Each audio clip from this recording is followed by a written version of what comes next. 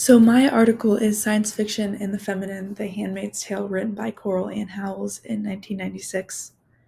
And Howells opens by explaining how Offred's story represents her own gendered identity and how it claims a space, both literally and figuratively, in which she can express her feminine desires in defiance to the regime which restricts her so much.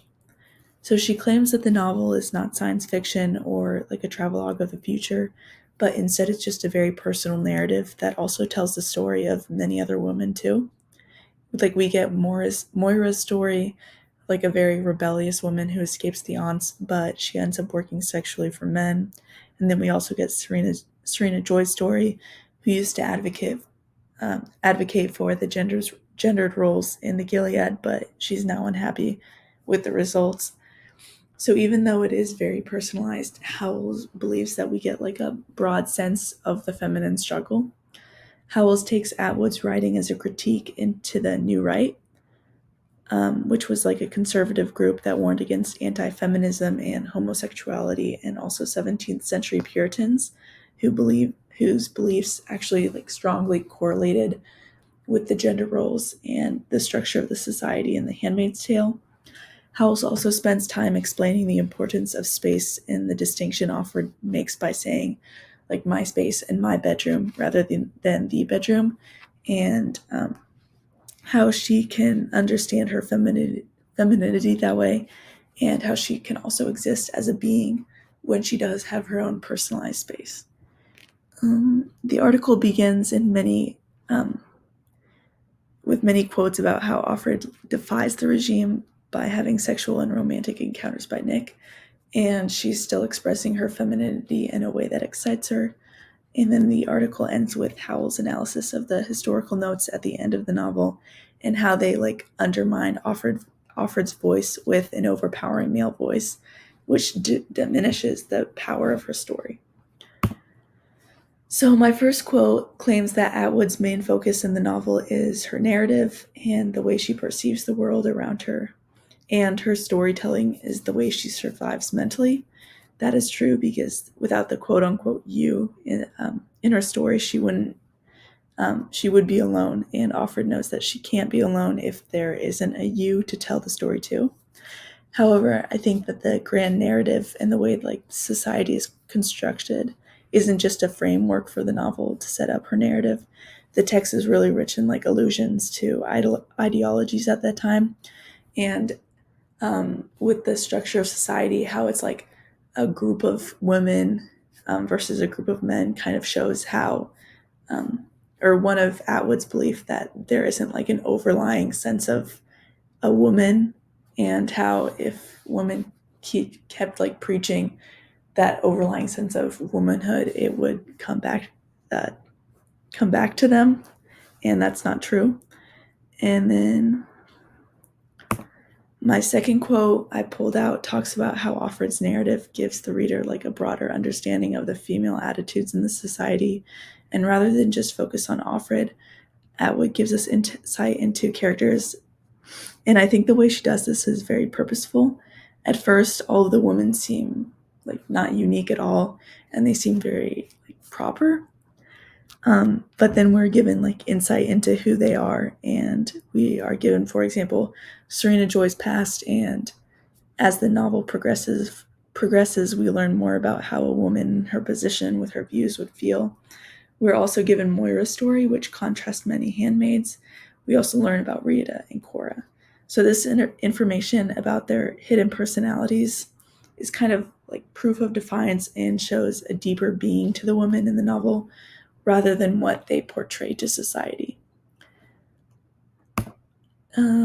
For my third quote, this is about like how Offred takes more of like a traditionally feminine role, and her story also has love in it. So I appreciate that Offred wasn't portrayed as like a super unfeminized character who like doesn't care about what men thinks or doesn't have any sexual desires, because I see this a lot in fiction where like the cliched strong woman like really doesn't care about men's affection and she possesses more masculine qualities.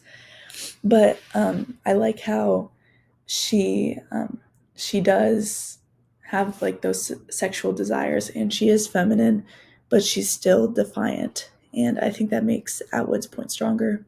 Much of her story is about love and her love for the people in her life, but it's important to note that the romance component in her life with Nick is for herself and not just for him. And then my fourth quote is about Serena Joy's garden and how it represents Offred's romantic and sexual desires. The flowers also represent fertility and the female body. They are also given more feminine freedom in the garden. I agree with Howells that the traditional image of femininity that is still present in the household through this garden shows how it continues on, like through these women in the household. And then my fifth quote, I had talks more about Offred's romantic relationship with Nick and how she tries to get her feminine qualities back from these encounters.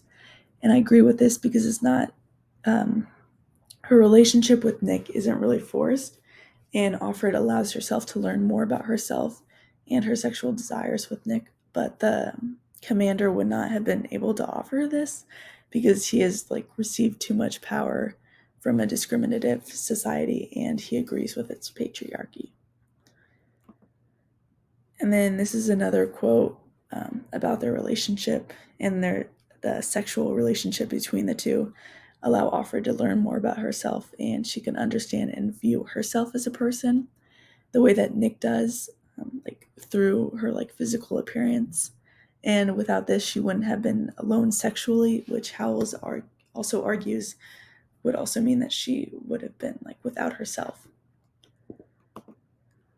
So this quote talks about the historical notes at the end of the novel and how um, the the historian explains, like how he explains it kind of belittles her story. He doesn't really seem like that interested in her as a person, but rather talks more about what she offers to him and like the historical notes and facts that she gives through her story.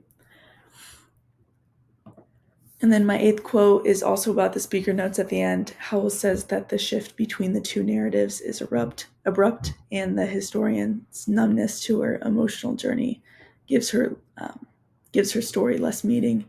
However, like by the time the historical notes like take place and are written, the social dynamic of the U.S. has changed, and there is acknowledgement of women's oppression in the past. But the man teaching this, and there is a man teaching the story of a woman's life, but the dehumanization of her story is still there.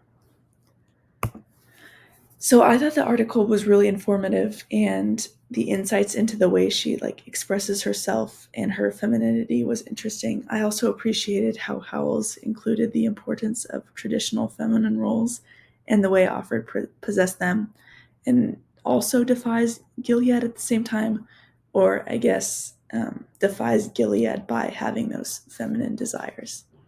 Okay, thank you.